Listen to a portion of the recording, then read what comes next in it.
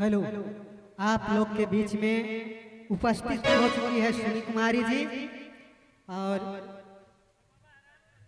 आप सभी से आग्रह है, कृपया जो भी कमेटी के मेंबर हैं वो लोग से आग्रह है, जो रास्ता में दुकान लगा रहे हैं उनको साइड करें। बाद में दिक्कत होगा, किसी को दुकान लगाने के पहले कहें, बाद में परेशान होता है, सभी को दिक्कत। फुचका वाला भैया वहाँ नहीं लगाइए, हम लोग के आदमी आएंगे, गाड़ी उड़ी रखाएगा, दिक्कत होगा। बाद में मत बोलिएगा कि दिक्कत हो रहा है।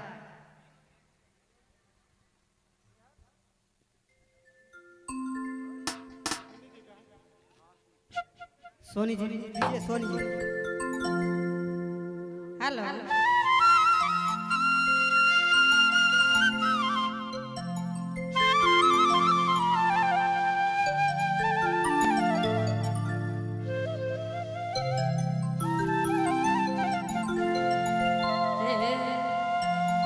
जतई पे आवल माए बाप सब के हार बटले जमे जमा जो है, गलती हुई तो क्षमा चाहिए। दया द्रौपदी बोले माने दया करो चक्रपाणी, ओह दया करो चक्रपाणी, सभा देखी जीवा मोरा डरे, दया करो अबलायु परे।